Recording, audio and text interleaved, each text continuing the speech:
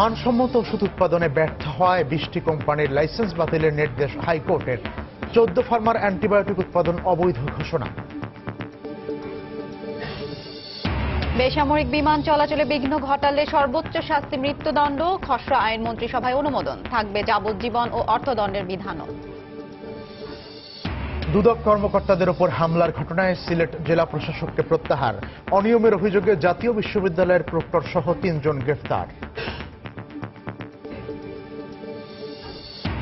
যুক্তরাষ্ট্রীয় অভিবাসীদের ধরপাকড়ে আতঙ্কে প্রবাসী বাংলাদেশিরা। আইসিইর গ্রেফতার অভিযানে ডেমোক্র্যাটদের উদ্বেগ। ট্রাম্প বিরোধী বিক্ষোভে উত্তাল মেক্সিকো।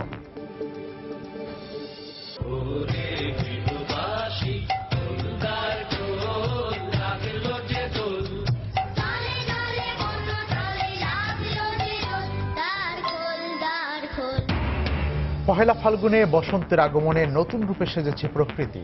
ঋতুরাজকে বরণে সারা দেশে নানা আয়োজন।